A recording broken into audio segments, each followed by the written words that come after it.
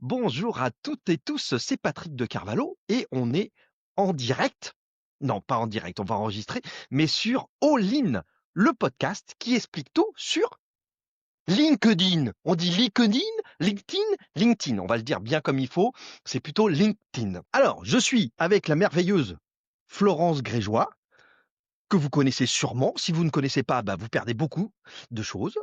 C'est une spécialiste du coaching business. Elle accompagne des dirigeants, des entreprises sur le marketing d'autorité, qui est une discipline ô combien importante, notamment sur LinkedIn.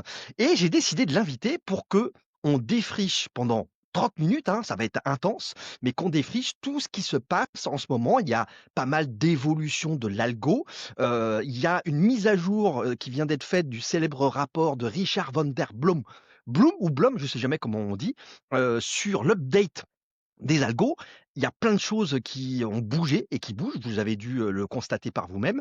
Donc, avant de se lancer là-dessus, je vais demander à l'exercice de style du podcast, ma chère Florence, c'est à toi de te présenter. Merci Patrick. Avec une présentation pareille, je vais essayer de rebondir et de compléter ce que tu as dit.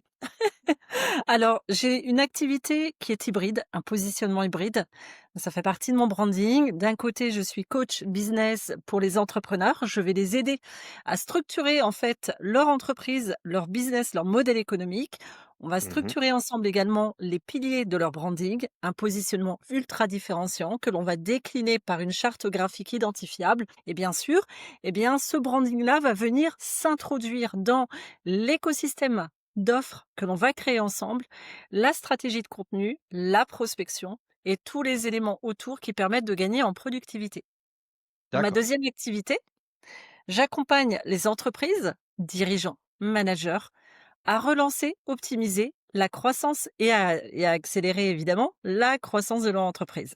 Donc j'ai une double activité. Yes. On peut d'ailleurs, faire la remarque, que nous-mêmes, on s'est rencontrés à travers, ce réseau LinkedIn, comme quoi, c'est un véritable, connecteur et un système de réseau, de connexion, sachant que moi j'ai un âge très avancé, donc moi je suis un vieux de la vieille qui fait du réseautage, plutôt de manière traditionnelle.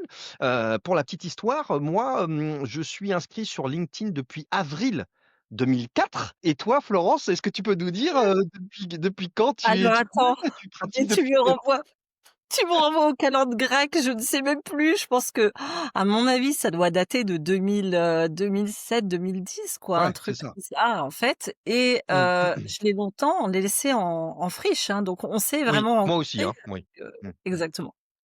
Oui, en fait, on peut, tu me confirmeras si je suis dans les clous, mais il y a eu un phénomène où, n'oublions pas quand même que l'histoire de LinkedIn, à la base, c'est une plateforme de recrutement. LinkedIn, c'est toujours d'ailleurs, hein, on a l'impression que ouais, super, réseau social professionnel et cetera, on se calme. Les outils et le chiffre d'affaires en milliards que fait LinkedIn reposent sur le recrutement, hein, avec des abonnements premium pour les cabinets de recrutement et cetera. Donc, la partie recrutement reste le socle de base et de fond de LinkedIn, mais c'est vrai qu'il y a eu une évolution en réseau social avec des conversations. On peut considérer qu'il y a eu une espèce de déclenchement, au moment quoi? Bah, au moment du covid un peu, hein. À C'est-à-dire peu près. qu'en 2020, ça a un peu paf, ça a un peu explosé à ce niveau-là, quoi. À peu près à ce moment-là et en fait, je pense qu'aujourd'hui, LinkedIn est une plateforme qui va être hybride, c'est-à-dire qui va être à la fois axée sur le recrutement, comme tu l'as dit, Mmh mh. sur évidemment un système de monétisation basé sur la publicité et qui Oui, d'ailleurs tend à se développer puisqu'aujourd'hui il y a une nouvelle fonctionnalité en haut des posts qui est une fonctionnalité de boost, c'est qui ça. permet donc de pousser les posts pour générer ou plus d'impressions ou plus d'engagement. Mmh. Et ensuite évidemment, la plateforme a évolué, c'est vrai autour du covid, vers un espace de création de contenu, ce qui est très bien parce que cela favorise la conversation entre les différents membres, mais surtout entre les marques, qu'elles soient personnelles ou commerciales, avec leur audience. Et donc, évidemment, ça va de pair avec une évolution du marché, puisqu'aujourd'hui, le marché vient acheter auprès des marques avec lesquelles il a créé une affinité, un lien de Bien sûr, confiance. Et cette bien sûr. conversation, aujourd'hui, elle sert à la fois dans l'achat, le recrutement, mais aussi simplement dans la communication avec la gestion de réputation. Ouais et puis, Florence, par rapport à ce que tu dis, c'est à ce moment-là que, a commencé à germer tous ces principes, qu'on a appelés la fameuse marque personnelle, le personal branding, parce que finalement, on a commencé non pas à seulement poster son CV et à chercher des jobs, mais on a commencé à créer de la discussion, de l'engagement, de la conversation. Et donc, c'est là où c'est devenu le fameux réseau social professionnel, où d'ailleurs on a vu une partie des utilisateurs qui sont les indépendants, les freelances, qui se sont, avec beaucoup de succès, appropriés le réseau LinkedIn, plus peut-être que les marques et les entreprises qui continuent d'être un peu à la traîne. Tu vas nous expliquer ça. Il y a intérêt à ce que les marques et les entreprises tirent aussi leur parti de l'autorité, de l'employé advocacy, comme on appelle ça, parce qu'il y a un super boulevard de développement, de réputation et d'autorité. Mais c'est vrai que ceux qui ont donné un peu le son de cloche, le là, ça a été cette population des indépendants et des freelances qui ont parfaitement compris que c'était un outil incroyable pour de l'acquisition client et de la visibilité, en fait. Oui, parce que en fait, aujourd'hui et ça l'a été de tout temps, hein, de toute façon, on achète à partir de la valeur démontrée de la valeur perçue. Sauf que ce qui va contribuer à la valeur perçue, c'est-à-dire l'affectation de la valeur telle que le marché peut, toi, te voir ou voir d'autres personnes ou d'autres marques commerciales, aujourd'hui, créer du contenu, c'est démontrer aussi sa valeur. C'est incarner son expertise, donc c'est permettre aux marques, qu'elles soient individuelles, que ce soit toi, moi, que ce soit effectivement les créateurs Bien de sûr. contenu comme tu le dis, donc qu'on soit un entrepreneur ou que l'on soit salarié ou dirigeant, eh bien de créer ce lien de confiance avec le marché, de démontrer effectivement l'adéquation d'un système de valeurs, puisqu'on fonctionne aussi par système de valeurs, l'adéquation entre des besoins et une expertise et donc évidemment qu'on va squeezer toute cette phase qui est, est-ce qu'on est légitime? En quoi on est adapté au poste? En quoi on est adapté à la mission? En fait, tout ça, on le passe. Donc du coup, cette création de contenu, bah, aujourd'hui, elle permet de créer un pont de confiance et elle Mmh. s'incarne dans tous ces domaines-là. Donc l'entreprise, oui, elle a vraiment, pour le coup, tout à y gagner à communiquer parce que, bah, les pages déjà, les pages d'entreprise ont réellement pour le coup, chuté. Elles sont descendues, le reach des pages d'entreprise est descendu à Ouais, c'est 1,6. ça, c'est 2%, ouais, c'est ça, c'est C'est même pas 2. Ce qui veut dire ouais. qu'aujourd'hui, l'individu, le profil individuel va porter la visibilité de l'entreprise et bon, c'est ce qu'on appelle les programmes d'ambassadeurs, d'employee advocacy. C'est donc Mmh. aller proposer, engager les collaborateurs et les dirigeants à prendre la parole et à incarner l'entreprise, mais aussi à incarner leur propre marque à eux. Ce qui veut Ouais. dire que ça crée je dirais une affinité autour de l'entreprise, autour de la marque et autour des produits, mais aussi autour de la personne en tant que telle, du professionnel. Et ça lui permet d'émerger, de se rendre visible et de se rendre attractif sur le marché. On est bien d'accord et tu vas nous en parler justement maintenant. Ça suppose en fait que ce que moi je trouve complexe d'ailleurs et j'en Mmh. profite, pour, l'exprimer, c'est que finalement, naviguer avec, efficacité et succès sur un réseau social comme LinkedIn nécessite une palette de compétences qui est très importante en fait. Parce que mine de rien, c'est pas si simple. C'est pas juste une histoire de bannière, juste une histoire de prise de parole. Il faut savoir finalement, être très créatif parce qu'il y a un savoir-faire dans l'écriture, hein, le fameux copywriting, donc il faut savoir écrire, il faut savoir, prendre la parole, il faut savoir finalement avoir beaucoup de qualités aussi créatives parce qu'il y a plein d'éléments graphiques de mise en page de son fameux profil pour qu'il soit bien carré, bien aligné avec une bannière qui dise des choses conséquentes, réelles, la petite rubrique description, info, son job title. Je mets beaucoup d'anglais à la con, mais sa description de titre, et cetera. Et tous ces éléments-là, bah, en fait, quand tu es, un collaborateur salarié ou un entrepreneur, un dirigeant, bah, en gros, bah, enfin, tu as pas ces compétences-là, quoi. Je veux dire, si tu diriges n'importe quoi, une entreprise industrielle, tes compétences, c'est pas de savoir te raconter, ton branding, ta marque, faire du design, et puis, tu vois? Donc je trouve que c'est compliqué, en fait, pour les entreprises comme pour les individus. En fait, si tu veux, je pense qu'il faut vraiment se dire qu'on décomplexe tout ça. Soit effectivement la personne a une appétence et elle a envie de consacrer du temps parce que c'est du temps et Mmh, donc elle le fait elle-même et ça moi j'en connais, je connais des managers de grandes entreprises et des dirigeants qui le font. Mais mmh. paradoxalement, il y a aussi évidemment, bah, des fois Ouais, le moi je frein à publier, à prendre le risque, avec succès heu, d'ailleurs. Moi je le fais, mais pas avec succès, mais bon. de pas savoir trop quoi écrire, ni quoi faire, ni comment mettre en forme son poste et cetera. On peut le Ouais. déléguer. Donc en Oui. fait, c'est soit tu le fais, soit tu le délègues et ensuite C'est souvent ce que j'encourage les entreprises à faire au départ. Si les collaborateurs n'ont pas le temps forcément à dédier à LinkedIn, au moins déjà commencer par une stratégie de commentaires. Commenter à peu près une quinzaine de posts par jour, c'est accroître le trafic sur le profil, sur votre profil LinkedIn, et c'est donc évidemment vous rendre beaucoup plus visible. Et Ça c'est génère aussi du créer, trafic de visite, en fait. On vient visiter ton voilà. profil pour voir, bah, tiens, qui est la personne qui a mis ce commentaire? Et le commentaire, c'est aussi un moyen de démontrer ton expertise. Il y a Mmh, parmi nos collègues, nos confrères et nous-mêmes d'ailleurs, des personnes qui ont vendu leur service basé sur un commentaire qualitatif qui a retenu l'intention. Et donc oui, aujourd'hui, le commentaire, c'est vraiment une valeur importante prise en compte par LinkedIn et par les algorithmes, parce que le commentaire est un moyen de fournir une information en profondeur qui soit éducative, instructive, inspirationnelle, ce que veut LinkedIn parce qu'aujourd'hui, le système évolue vers de la pertinence, donc vers de la qualité et de la profondeur de contenu. Ce mmh, commentaire-là, il crée effectivement, il démontre ta valeur, tout en créant un lien d'affinité avec le créateur de contenu qui a posté et dont toi tu commentes le post. Et comme il y a aussi cet effet de réciprocité, évidemment, on construit une relation de réciprocité sur LinkedIn par les interactions que l'on peut avoir sous les posts. Donc c'est vraiment hyper important.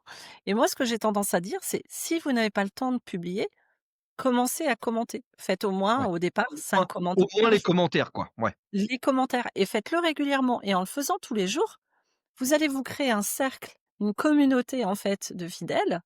Vous allez vous commencer à apprendre à vous connaître et interagir. Vous allez identifier des sujets qui sont en vogue sur mmh, LinkedIn et qui vont vous aider par rapport à votre industrie, mais aussi vos expertises. Et vous allez peu à peu bâtir en fait votre présence sur le mmh, réseau social. Ensuite, quand il s'agira de publier, soit effectivement vous publiez vous-même, soit vous déléguez. Franchement, c'est ouais. très important aussi de simplifier et décomplexer le processus. Ouais, je suis c'est vrai, je suis d'accord.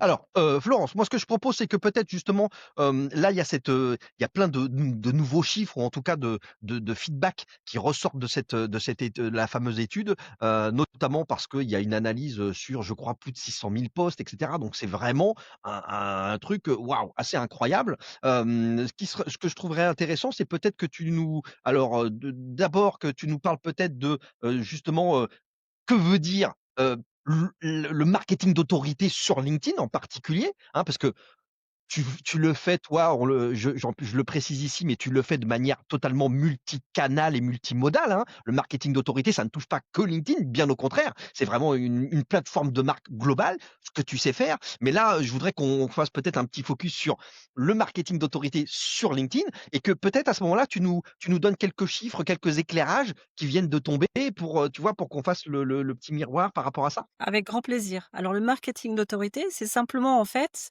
travailler sa réputation de marque commerciale, donc la marque de l'entreprise, la marque du produit, mais aussi de sa marque personnelle. L'autorité, elle Mmh. couvre à la fois la marque commerciale et la marque personnelle.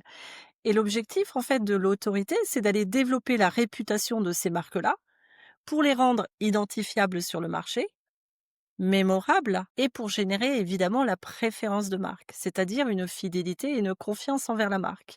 Donc C'est ça. l'autorité, j'ai presque envie de te dire, on dit toujours le luxe s'incarne dans tous les détails. Bah, l'autorité, elle s'incarne dans tous les détails, c'est-à-dire à la fois dans l'ensemble de votre communication, mais aussi de votre marketing, c'est-à-dire communication, votre prise de parole sous les différents formats de contenu que vous pouvez produire, mais aussi sur les différents canaux sur lesquels vous allez opérer, mais aussi évidemment, bah, votre marque, justement sur votre marketing, dans l'ensemble de vos produits, de votre tunnel de vente. Votre autorité, vous allez l'incarner à tous les étages parce qu'elle va s'incarner à travers le branding, les messages, les l'écosystème d'offres, la manière de Mmh. prospecter, la tonalité et le visuel des langages, des messages, pardon.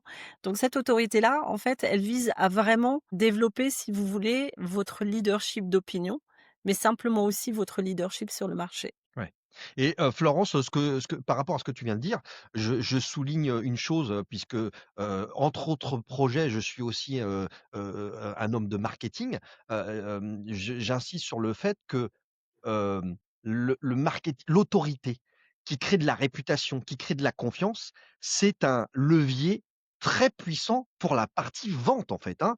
Oui, C'est même mmh, plus puissant que entre guillemets, «que de la pub en volume ou en masse», hein. C'est-à-dire que potentiellement, vous touchez plus de prospects clients grâce à votre autorité parce que vous êtes top of mind, et effectivement plutôt qu'une campagne de pub qui est pas toujours incarnée.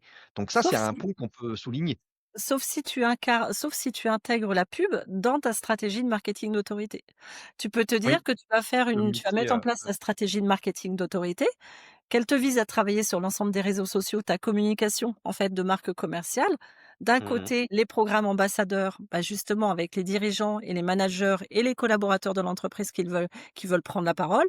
Les partenariats avec d'autres marques qui sont gages d'autorité, parce qu'effectivement, quand on s'associe à d'autres marques ou d'autres personnalités, type Léna Situation récemment qui a relancé Ouais, son podcast Couch avec Rihanna, on est clairement dans du marketing d'autorité et un partenariat, un co-branding en fait qui ouais. apporte mutuellement, en tout cas une résonance très forte en termes de valeurs véhiculées. L'autorité, on va la retrouver même en relations médias, dans les relations presse, dans les Mmh. placements au sein des podcasts. On va la retrouver sur les salons. On va la retrouver dans, justement les contenus que l'on va délivrer et produire sur le marché, tels que des ouvrages, des livres et cetera. L'autorité, elle s'incarne dans Mmh. l'ensemble de la strate marketing et communication de l'entreprise et dans les sales. Donc oui, évidemment qu'elle accélère le business. Déjà, le branding est un gros levier business Oui. qui va en fait je dirais, qui va impacter sur l'acquisition client à moyen terme, parce qu'on a besoin de sensibiliser le marché et de rendre visible ce branding, ce qui est totalement normal, mais ça permet d'accroître sa valeur. Donc on peut augmenter des tarifs de prestations, de Oui. produits Mmh. grâce à l'autorité, grâce à un branding qui va être puissant et on peut totalement, en fait, accélérer la conversion des prospects en clients ou des prospects en acheteurs, tout simplement, ou en utilisateurs, avec justement un branding qui va être ultra soigné et qui va véhiculer des valeurs, des bénéfices à travers lesquels on peut aisément se projeter. D'accord. Ouais, ouais, je suis complètement aligné avec ce que tu racontes. Est-ce que tu, voudrais nous donner quelques, peut-être, Chiffres? conseils sur, comment, entre guillemets, «on installe» ou on met en place, un début de marketing d'autorité? Parce que ça se travaille dans la durée, et d'ailleurs, je garde pour la fin une petite question, qui est, la réputation, ça se construit lentement, mais ça peut se détruire en une Rapidement. seconde. Donc ça Ouais. aussi, c'est un sujet touchy Alors, qu'il faut savoir gérer. il y a plusieurs choses en fait. On parle de branding et on parle donc d'autorité et on parle aussi de LinkedIn puisqu'on est sur LinkedIn et donc ce qui est super important, c'est avant de bâtir la stratégie de marketing d'autorité, donc avant d'aller travailler sa stratégie d'autorité sur LinkedIn et donc de décliner un branding qui soit aligné et attractif, il est important de tenir compte d'un truc. Le rapport de Richard van der Blom qui est sorti avant-hier, qui s'appelle Algorithm Insights, qui fournit en fait un état des lieux basé sur l'analyse de 600 000 posts à Mmh. travers l'extension Chrome Authored Up, permet de comprendre des choses qui sont vraiment essentielles et qui vont montrer à quel point le branding est surpuissant pour émerger sur LinkedIn et à quel point on peut aller générer des opportunités, qu'elles soient de business, de carrière, de réputation, grâce au branding dans le contexte qui est celui actuellement que l'on rencontre. D'une part, on est en fait en pleine chute au niveau des performances globales. Ouais, ça fait Moins mal, hein. 40, ça fait mal. Donc sur les postes individuels, on parle déjà des postes individuels, donc des profils individuels. Là, ça Mmh mh. concerne à la fois les salariés, les entrepreneurs, toutes les personnes qui publient à travers leur propre profil. Les posts ont perdu 47 de portée, 39 d'engagement et la croissance des abonnés sur les profils a chuté de 42 et on l'a vu tous. Et les pages entreprises, maintenant, portent à 1,6 ce qui sous-entend que certes, c'est important de publier sur sa propre page entreprise, Mmh. mais que je dirais, le levier, la Ouais, traction en termes de c'est soi-même, visibilité quoi, c'est son va profil, hein. passer par les individus. Donc ça, Ouais, c'est la première chose. La deuxième chose qui est importante, c'est de se dire que LinkedIn, en fait, a mis en place un système basé sur l'IA qui scanne les posts et qui, en fonction de la cohérence entre les sujets que vous abordez, d'accord. votre positionnement sur votre profil, autrement dit les mots-clés que vous avez renseignés pour définir votre expertise et votre secteur, d'accord?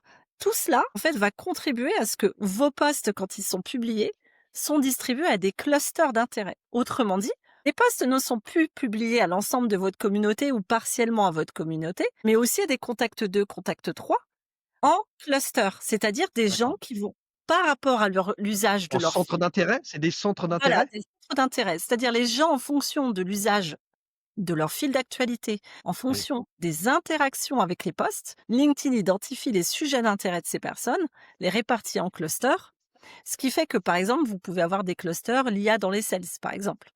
Le cluster coaching de leader dans les entreprises en transformation. Je te donne un exemple. Marketing d'autorité dans le domaine de Aïe, la... aïe, aïe. Et On donc, va du être coup, dans une situation où il faut choisir, c'est renoncer, quoi.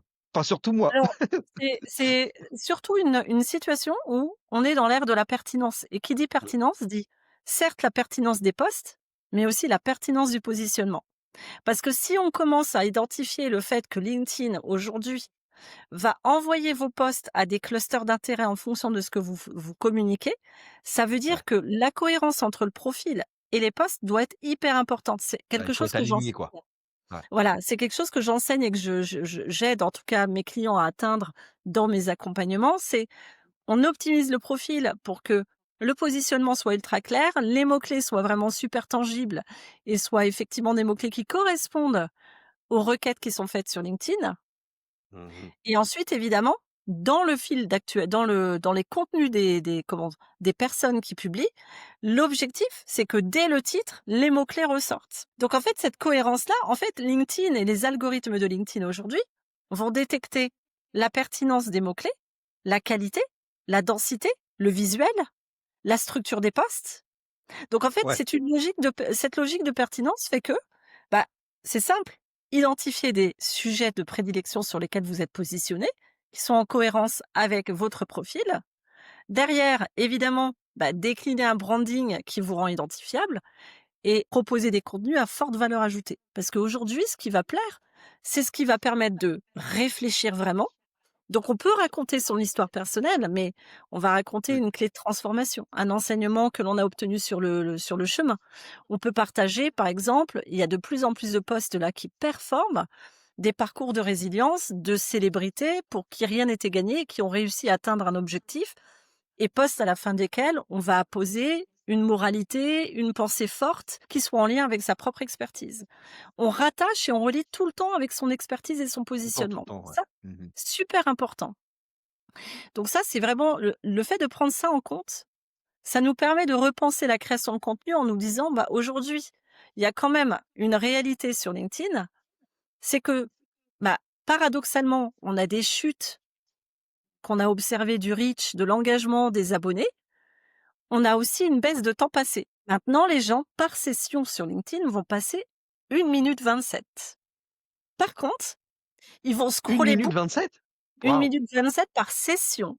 Ce qui veut dire qu'ils vont, voilà, 1 minute 27 par session. C'est tout petit, hein? Non, c'est tout petit? Oui, mais écoute bien, 1 minute 27 par session, mais ils vont scroller beaucoup plus profondément dans le feed et ils vont cibler leur interaction. Ce qui veut dire que la personne, en fait, il faut vraiment en conclure que l'utilisateur arrive, va vraiment utiliser Ouais. LinkedIn Il beaucoup plus regarde. vite, va Mmh. scanner très rapidement.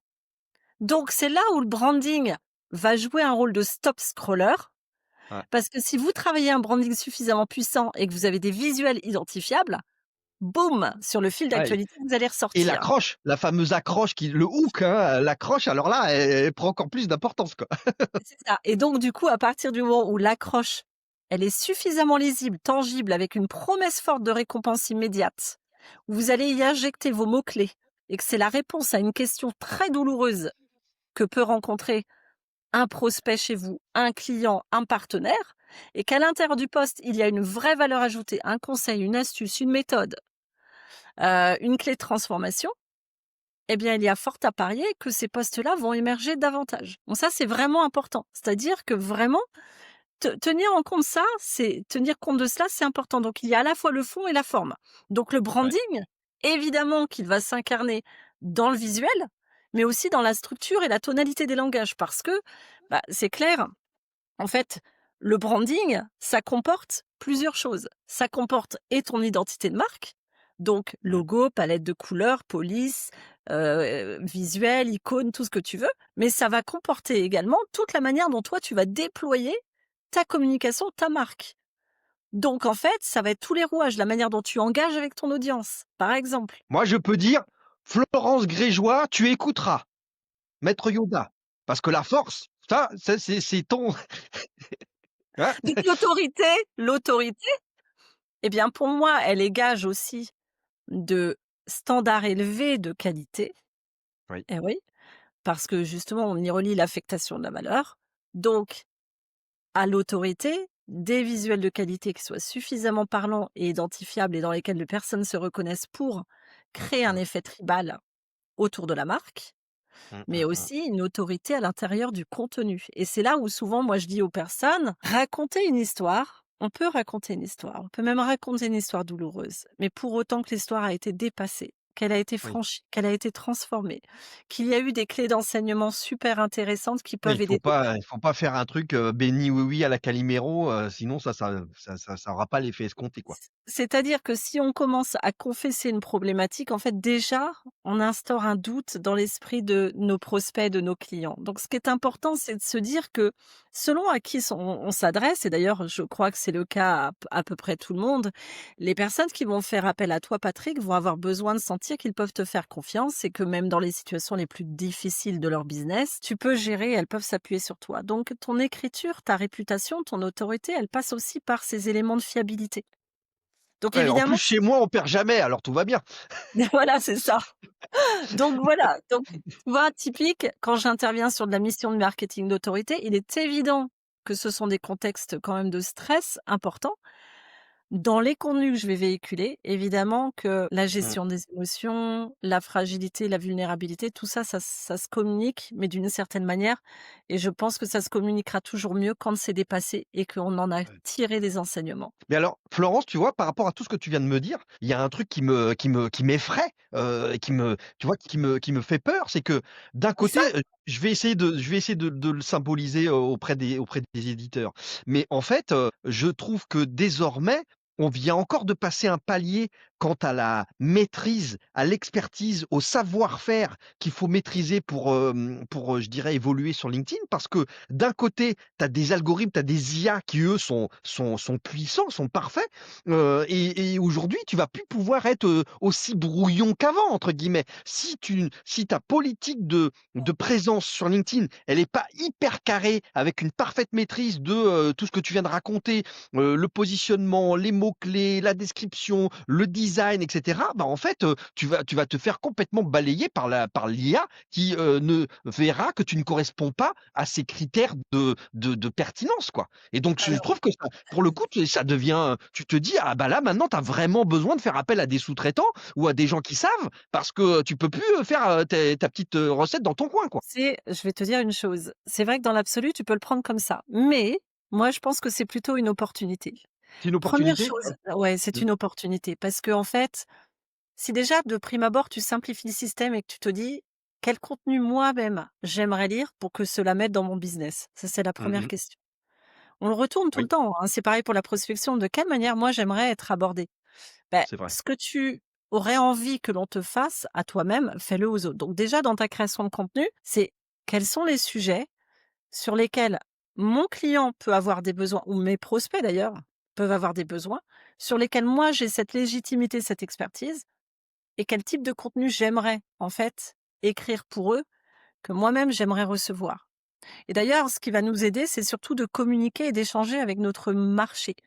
Plus on Oui. communique avec nos personas, plus on discute avec nos prospects, avec nos partenaires, avec nos clients, plus on peut avoir en fait des éléments sur les questions qui les animent au quotidien, les difficultés, Mmh. les challenges, les besoins, les expertises, les domaines dans lesquels ils ont vraiment, pour le coup, des urgences qui sont prioritaires et hyper douloureuses. Ça, c'est une chose. Donc se dire déjà, c'est une opportunité d'aller apporter de la qualité et d'aller montrer ce que l'on sait sans avoir peur de le montrer. Maintenant, par rapport à la question de oui, il faut être hyper compétent, doué ou de savoir être hyper cadré et tout. Alors déjà, sur LinkedIn, il y a plus de 5% de créateurs de contenu et il y a énormément d'experts LinkedIn. Donc ça vaut Oui, le c'est coup vrai. de regarder, un, leur profil, parce que les profils sont les incarnations de ce qu'ils vendent derrière. Donc il suffit de regarder un profil pour voir comment il est structuré. Donc ça s'appelle juste faire de la R&D et de l'analyse de marché et observer. Mmh. Et derrière, regarder en fait ce qu'ils proposent dans leur contenu pour justement l'écriture des posts, l'utilisation de l'algorithme. En fait, il y a plein de contenus gratuits. Déjà sur la base des contenus gratuits, on Et se il y a même un podcast. ouais, voilà, il y a un podcast et voilà. Et en fait, déjà au moins de s'informer, ça c'est important. Ça permet de se familiariser. Après, oui, évidemment qu'on peut faire appel à quelqu'un pour avoir une aide ponctuelle ou une aide sur un temps spécifique, selon que l'on ait besoin simplement d'optimiser un profil, d'une guidance, d'un accompagnement pour écrire ou alors de quelqu'un qui va écrire. D'accord? Mais je pense que Oui, c'est important de se décomplexer quand on se lance sur un réseau social, sinon on va se freiner, on ne fera rien. oui, Et de se dire déjà ça doit être du plaisir. Mais qu'est-ce que j'ai plaisir à expliquer dans mon domaine oui, et oui, sur c'est ça. lequel ou sur lesquels les personnes me font toujours des retours hyper élogieux. Ça, c'est Oui, simple, hein. puis Si tu et puis si tu fonctionner utilises aussi en test and learn, en fait. c'est ça, Petit pas, j'observe, j'analyse, hein, toi qui es une spécialiste du growth, du marketing de croissance, pour dans d'autres termes, marketing de croissance non conventionnel, hein, c'est ça la vraie définition du growth, hein, parce que tout le monde ne sait pas toujours ce que ça veut dire. Donc c'est des techniques marketing non conventionnelles, hein, si c'est pour faire du marketing, à la papa, c'est pas du growth, d'accord? Donc ce qui est important, c'est aussi ça, c'est aussi de se dire, ça. qu'effectivement, il y a, cette capacité à, réussir à bien, comme tu dis, s'éduquer, apprendre, observer, les experts pour se créer son propre, effectivement, framework, alors, je sais pas comment on peut appeler ça, mais son voilà, sa manière de faire et de se positionner avec un peu d'analyse. Oui, regardez les profils qui fonctionnent, regardez les produits les profils qui sont pour le coup, structurés, optimisés, de créateurs de contenu qui sont actifs. Regardez les posts qui viralisent. Faites-vous une banque de données de posts qui viralisent. Regardez un petit peu la tonalité, la structure. Déjà, en fait, commencez à s'informer, à Mmh mh. observer et ensuite commencer à publier. C'est pas grave si c'est pas parfait. De toute façon, En on a tous plus commencé, en fait, ouais, de façon totalement imparfaite. Moi, mes posts étaient absolument affreux. Je veux dire, on apprend au fur et à mesure. C'est vraiment une pratique sportive. On ouais. muscle sa pratique sur LinkedIn. Ouais et en plus, on vient de nous confirmer que désormais, il y avait absolument pas c'était contre-productif de publier tous les jours. Donc en Oui, plus, maintenant, les consignes qu'on doit avoir en tête, c'est seulement a priori 2-3 fois la semaine. c'est ça. Par contre, choisir un format, toujours le même, a priori carrousel, texte, enfin il faut choisir Alors ça, je te et des contredis. thèmes, je crois, hein. Je crois qu'il y a des Non, je thèmes te qu'il contredis. faut toujours, Là, reprendre. je te contredis. En fait, c'est publier entre 2 et 3 fois par semaine, d'accord? Mais simplement s'assurer de varier les formats. Plus les Ah, formats c'est sont ça. oui, plus les formats sont D'accord. variés, plus OK. en fait, on va voir la performance de nos posts augmenter. Les personnes qui utilisent un à 2 formats ont vu leur post baisser en performance de D'accord. 1,2 fois. Par contre, D'accord. si tu utilises 4 formats, par exemple, tu démultiplies effectivement la performance de tes posts de 1,4 fois. Et en fait, ça, D'accord. c'est super important à tenir compte. Donc, variation aussi des formats. Et tout en sachant une chose aussi, c'est que il y a un vrai retour, pour le coup en force, de la newsletter sur LinkedIn. Et ça, Ouais! Ouais. mais parce que ça vient complètement en alignement avec le nouveau positionnement de LinkedIn, qui est axé sur la pertinence et la qualité des contenus. Donc là, c'est vraiment super important d'en tenir compte. Pourquoi? Parce que, bah, justement, on va pouvoir, apporter du contenu de qualité à son audience à travers la newsletter. On observe sur la newsletter plus de 40 près de 48% de portée en plus. D'accord. Ouais, et près de 45%, Waouh, waouh, waouh! 44,83% d'engagement en plus. Et si vous lancez votre newsletter, sachez que la newsletter, la première édition, La elle première, est ouais. distribuée à l'ensemble de vos contacts, ce qui va permettre de réchauffer votre audience et Mmh de mh, mmh. pouvoir en fait décupler votre visibilité. Même d'ailleurs OK. derrière, d'amorcer de la conversation en messagerie privée et de commencer à converser en messagerie avec vos cibles, parmi vos Yes, contacts 1 également. yes. Donc ça, c'est vraiment important. Donc le branding, évidemment, bah, on va le décliner à travers le profil, donc la bannière, le visuel de la bannière, la photo de profil, la section sélection Ouais, dans très laquelle, pour important. le coup, on peut mettre des liens de redirection vers Mmh. l'agenda de prise de rendez-vous, le site internet, une offre précise, une newsletter, Ah, c'est les un petites têtes de e-book gondole là, les petits pavés et qu'on voit, d'accord, ouais. Mmh. exactement. Et puis, il y a une autre chose, il y a la section service qui est accessible par abonnement premium, qui permet de rendre visible aussi certains produits, certains services avec des visuels, de redemander aussi des avis. Ce qui fait que les avis remontent sur la section en haut, D'accord.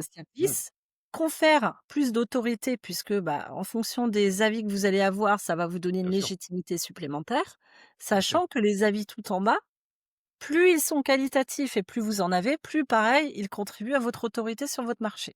Ouais, Donc le d'accord. branding, il va se décliner à travers tout cela, mais pas que. Il va se décliner à travers tous les points de contact que l'on peut avoir sur LinkedIn. Autrement dit, une page événement, par exemple, la présentation que vous allez faire en live, je vois Elena Sensi qui fait des lives régulièrement sur LinkedIn, son Mmh. branding, elle le décline à travers chaque présentation de Oui. live. Il y a vraiment Mmh. pour le coup une vraie cohérence de branding.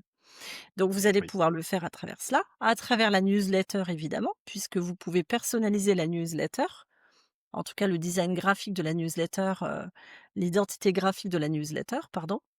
Vous allez Mmh mh. pouvoir faire pareil sur votre agenda de prise de rendez-vous, puisque vous D'accord. allez pouvoir mettre un lien personnalisé sous la description, sous votre prénom et votre nom sur votre profil individuel. Ouais. Et derrière, évidemment, votre branding, vous l'aurez déjà déployé sur l'ensemble de vos supports, que ce soit votre site internet, vos autres réseaux sociaux, et cetera. Donc, pour le coup, le fait de pouvoir déployer ce branding-là va vous rendre aisément identifiable. Et ce que Mmh. moi je propose de faire, qui est vraiment intéressant, c'est aller regarder dans la section notifications. Vous allez voir effectivement les publications de posts et vous allez voir aussi les photos de profil. Bah, vous allez pouvoir identifier vous allez pouvoir Les co identifier des couleurs qui ressortent le Ouais, plus. j'allais dire les codes couleurs, ouais, les codes couleurs, ouais. Voilà, Mmh. allez chercher des couleurs qui ressortent le plus. Certes, Ouais, qui incarnent vos valeurs, parce que ça, on peut le faire en étudiant les archétypes de Jung et en regardant les couleurs qui correspondent bien à vos sûr. valeurs et donc à vos cadrans.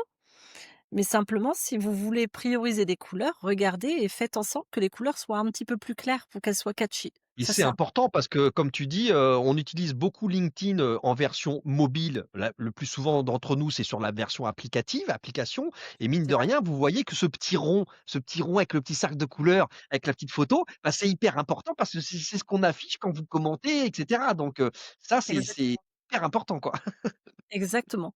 Donc Et c voilà, le branding, il va être important à travers à travers évidemment votre, univers visuel, graphique et aussi bien sûr à travers les contenus de qualité que vous aurez publiés, la Ouais. tonalité de langage, les mots que vous utilisez et moi je pense que l'autorité, elle se déploie aussi à travers un langage qui va être, disons, je pense que le langage probablement peut-être trop familier. Selon les cibles que vous allez engager, adresser, peut nuire à une forme d'autorité et de perception d'image. Donc c'est important de Faut que voir, je me fasse un nœud à la langue parce que moi je fais pas mal d'incartades sur ce sujet-là. tu vois? Donc du coup, c'est important de se dire à qui, en fait, finalement, je m'adresse, qui est ma cible. Après, si la cible est une cible qui possède le même langage, pour le coup, c'est important Ouais, de tenir compte de ça. ouais. Tout en étant authentique, tenir compte évidemment des codes de Mmh. notre cible. Hem Là, Florence, tu nous as parlé, d'un côté, très individuel, de profil individuel, mais moi, je voudrais que tu nous donnes peut-être, quelques informations, ou quelques astuces sur, comment on fait pour gérer quand on est une entreprise, que les tu vois, que l'équipe, les collaborateurs, en fait, ils adoptent la entre guillemets, le même branding, la même réputation. Parce que je tombe sur plein d'entreprises, et pour la petite anecdote, allez, je le dis, je le fais, il y a notre ministre du numérique qui a présenté son cabinet, les collaborateurs. Elle a tagué ses collaborateurs. Moi, ni une ni deux, qu'est-ce que j'ai fait? Clic, clic, clic, clic, clic. Je suis allé voir le profil de chacun et là, poum patatrac, les bannières, il y en avait pas. Elles étaient grises, vides. Et ils avaient aucune cohérence dans, Ouais. le positionnement du profil et je me suis dit: «Waouh!» C'est comme dans une entreprise où je vais voir le PDG il a une bannière, parfois pas, et puis les collaborateurs, bah, chacun a mis la sienne, chacun a mis celle qu'il voulait et cetera et ça, j'avoue que ça me perturbe un peu parce que je me dis: «Bon, à la fois le profil LinkedIn, c'est un profil individuel, mais enfin quand tu es salarié en CDI, pendant longtemps, enfin, tu as pas de raison d'utiliser ton profil autrement que pour la boîte que tu sers, en fait». Ça dé Donc ça et alors déjà d'une, ça dépend. Je pense que quand tu lances un programme d'employee advocacy, c'est important de faire un appel au volontariat. Ça, c'est la oui, première c'est chose. ça, oui, ça, oui. On peut pas Déjà ne force imposer, on peut pas dire aux collaborateurs: «Vas-y, tiens, tu sais, qu'à faire comme ça, quoi». non, ne pas forcer et donc faire un premier appel au volontariat. En fonction Mmh, des réponses, affecter à chacun, en fait, la possibilité de prendre la parole, mais sur ses sujets à lui de prédilection. Faire en sorte que les profils soient cohérents. C'est ce qui s'est passé. J'ai accompagné, par exemple, des équipes chez IAD France. Les bannières, en fait, possèdent tous la même charte graphique. Mais par ouais, contre, le profil est rendu totalement singulier et individuel par le positionnement de chacun. d'accord. Pourquoi? Parce que chacun a une expertise qui le rend totalement unique. Mmh, Donc là, on a pu en fait allier à la fois la singularité des collaborateurs avec le branding identifiable de l'entreprise pour que quand ils aillent commenter, eh bien leur petite pastille de photo de profil orange soit identifiable rapidement. ouais, Donc après, tout cela, c'est très important de le rapporter au service communication. Pourquoi? Parce que oui, tu as une politique de communication qui est instaurée dans la marque ou qui est instaurée au sein de l'entreprise mmh, et qui comporte un certain nombre de règles, d'autorisation et d'interdits qu'il est important de connaître et qui vont d'ailleurs de toute façon être utilisés dans le cadre de la communication sur LinkedIn. c'est ça. Ouais, Donc parce en qu'il y a fonction la charte de communication, il y a la gouvernance et cetera donc oui, il y c'est a ouais, il y a la d'accord. charte, graphique de l'entreprise, mais il y a aussi les messages clés d'entreprise, il y a la Mmh mh. politique de prise de parole et donc tous ces éléments-là vont être pris en compte pour favoriser justement l'expression des employés sur LinkedIn, tout en sachant qu'il y a des domaines dans lesquels, par exemple, tu as des informations ultra confidentielles.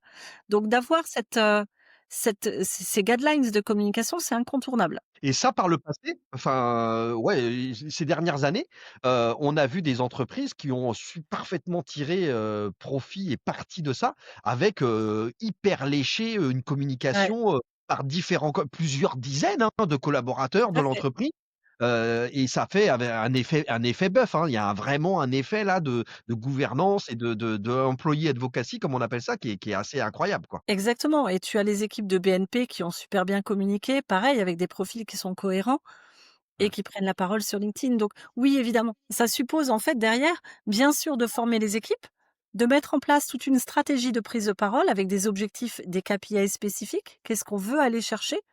Sur quel, domaine on veut en fait, créer de l'impact? Est-ce que c'est, Mmh mh. bah, justement au niveau de la marque employeur? Est-ce que c'est au niveau de la réputation de l'entreprise, mais en tant que marque commerciale? Est-ce que c'est, au niveau de, je veux dire de, alors marque employeur, attractivité dans l'entreprise au niveau des sales, au niveau des ventes?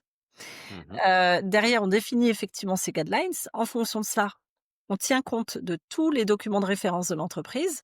On affecte, en fait, chacun sur la base du volontariat va prendre la parole sur des sujets qui sont des sujets de prédilection et surtout, en fait, on est accompagné et on se structure, en fait, en task force, en équipe au sein de l'entreprise pour avancer sur cette prise de parole.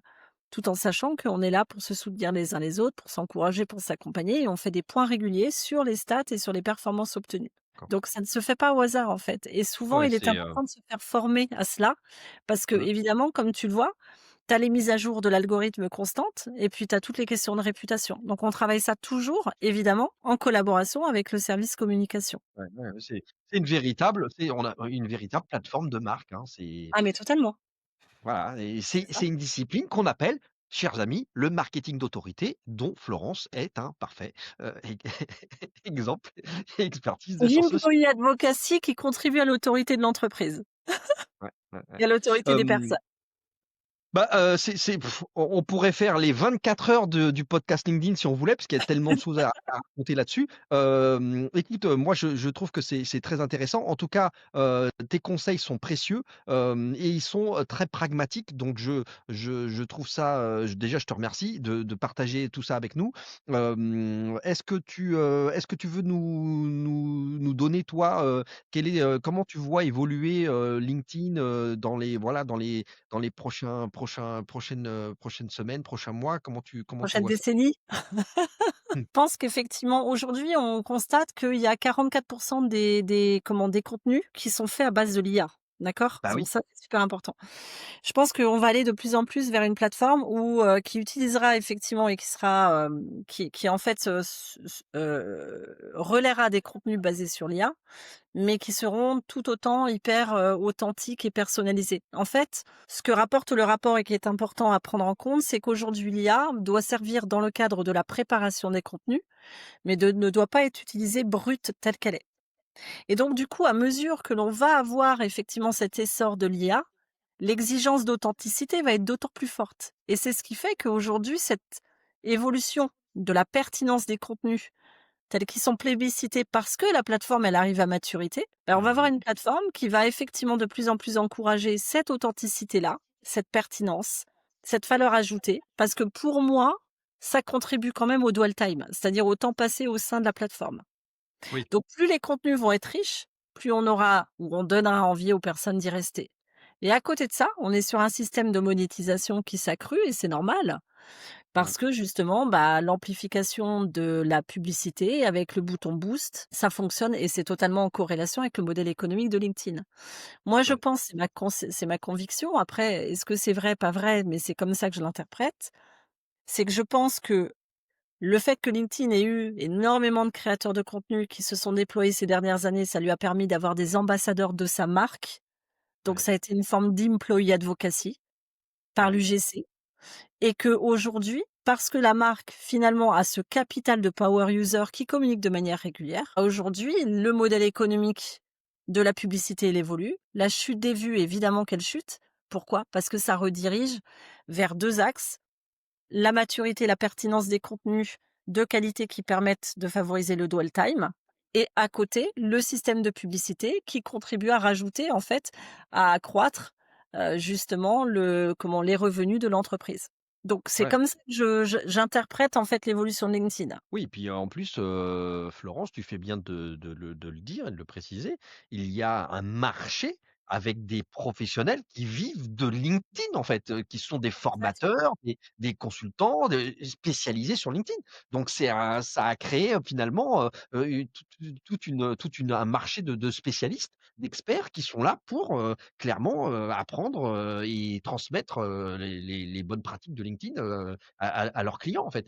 Donc ça a créé ouais. Et ça contribue évidemment à la rétention au sein de la plateforme. Donc les créateurs de contenu aujourd'hui qui parlent de LinkedIn favorisent aussi cette rétention, favorisent l'utilisation de LinkedIn auprès Bien de sûr. publics qui aujourd'hui ne sont pas avertis, qui sont des utilisateurs dormants. Mmh. Certains de plus en plus viennent à suivre des créateurs de contenu, donc il y a une forme de maturité aussi dans la consommation de contenu, dans la réflexion autour des sujets liés aux industries des personnes. Et donc forcément, bah, LinkedIn va évoluer dans ce sens-là. Moi, je trouve que ça va totalement en droite ligne, en adéquation avec le business économique de LinkedIn, entre le modèle économique. Donc pour moi, ça me surprend pas du tout. Ça fait quelques années que je me doutais que de toute façon, on partirait vers de la pub. Et le D'accord. contenu pertinent, pour moi, ça me semble d'autant plus important que aujourd'hui, il y a aussi de toute façon une guerre de l'attention, des Ouais. plateformes, d'autres réseaux sociaux qui délivrent du contenu qui est du contenu effectivement pareil à forte valeur ajoutée, sur des Mmh. contenus parfois plus longs ou parfois plus courts, et que Mmh. LinkedIn a aussi, elle, de toute façon, besoin de se différencier sur son propre marché. Mais ça Et oui. reste néanmoins le plus gros annuaire business du monde entier, le plus gros club de networking qui existe. Et Ouais, ensuite, c'est, tu auras ouais, toujours un accès direct aux décideurs. ouais.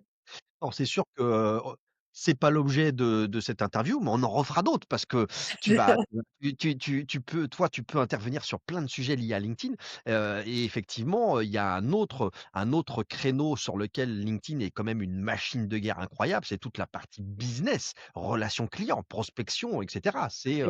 complètement. Il y a tout C'est un là tas de où modules, le fameux Sales Navigator et cetera. Donc, oui, je rappelle que LinkedIn aujourd'hui, c'est 1,2 milliard, je crois, un c'est plus milliard d'un deux. milliard cette Ouais, année. En fait, plus hein, d'un c'est un milliard. milliard deux, je crois, de profils, hein, dans le monde. Ah oui, oui, oui, oui, tout à fait et vraiment avec une vraie augmentation, significative des utilisateurs Ouais, ouais. et ce qui est super important parce qu'on décrit énormément la prospection et on en fait, en fait, une bête noire.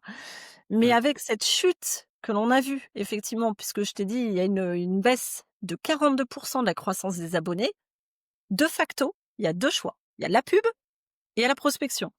Ouais, Or, la ouais. prospection peut être exactement ça peut se faire en douceur, ça peut se faire en sérénité, en fluidité. C'est de la conversation. De la même manière qu'on se déplace à un événement, Exact. qu'on va dans un événement de networking Mmh, ou mmh, mmh, même mmh. un événement professionnel global, LinkedIn nous permet d'avoir quand même un accès direct à des dirigeants. C'est juste Exactement.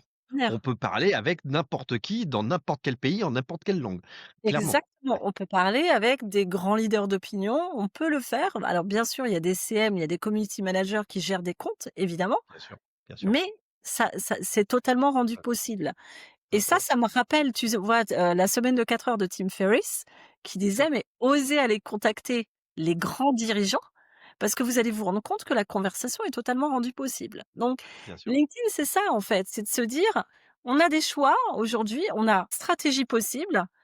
La stratégie qui est d'aller proposer un vrai contenu, qui soit un contenu éducatif, Mmh. inspirationnel, qui soit en fait instructif, qui apporte une véritable valeur ajoutée et donc Ouais, là, vraiment un partage, partage de savoir, partage d'informations. voilà, au partage de découvertes, donc c'est un vrai vecteur d'autorité. On a la publicité qui nous permet de toucher des audiences qui ne font pas partie de notre scope et pour le coup, ça peut être hyper intéressant et moi alors Mmh. je suis favorable à la publicité. Mmh. Et à côté, je suis aussi favorable à fond pour la prospection parce que ça nous permet d'aller à la rencontre de dirigeants, de décideurs Ouais. avec lesquels normalement on n'aurait pas pu discuter et donc de ne pas rester sur notre îlot isolé. Oui, oui, oui. Et en plus, Florence, la boucle est bouclée parce que quand tu te penches vers la partie vente, bah, si vous avez pas une autorité nickel, bah, vous allez avoir plus de tu vois? Donc, en fait, on Alors, voit bien qu'à un moment donné, quand tu bascules ou si tu fais en parallèle la partie, conversationnelle, business, et ben, tu as intérêt à avoir une autorité qui soit nickel au petit cordeau parce que sinon, tu as un handicap, dès le départ, hein. C'est toujours la même chose, hein, exactement, donc l'un sert exactement, l'autre, quoi. Yes. Et exactement. ben, écoute, génial, Flo, moi je t'appelle Flo parce que, c'est Florence. Alors, justement, eh bien, Grégoire, je vais vous évidemment mettre dans les notes de cet épisode le profil, de Florence. Comme ça, vous pourrez évidemment, regarder, se connecter. Je sais pas si tu accèdes beaucoup les connexions, mais, en tout cas, tu engages la conversation pas mal. Et donc, voilà, vous avez tout intérêt à suivre, Florence qui, évidemment apporte, voilà, je trouve un regard très, très acéré et en tout cas pour moi, un des meilleurs du marché sur tout ce qui touche à l'autorité, la réputation, le growth, voilà, et le business. Donc merci Florence d'avoir, partagé tout Merci ça à avec toi nous. Patrick. Merci Et beaucoup. c'était un plaisir. On va diffuser ça, rapidement, donc voilà et puis, le podcast All In, bah, c'est le voilà, c'est le podcast, qui explique tout sur LinkedIn. Donc bah, voilà, c'était Florence Grégoire qui était avec nous et puis on va en profiter pour, appliquer ce que tu nous as raconté Florence et donc je pense que je vais lancer la newsletter, du podcast All In, bah, sur LinkedIn, comme Bah oui, ça, voilà, comme ça la boucle est bouclée et ça nous permettra d'avoir ce qu'on appelle du multi-support. exactement. Effectivement, tu nous as parlé tout à l'heure que, LinkedIn, de toute façon, cherchait à maintenir et à capter sur sa plateforme les lecteurs.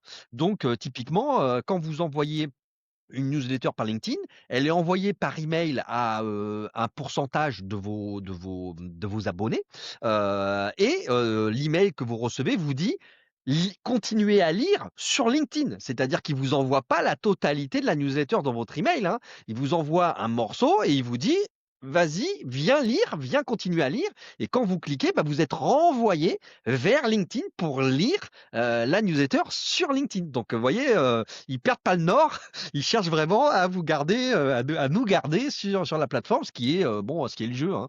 Exactement.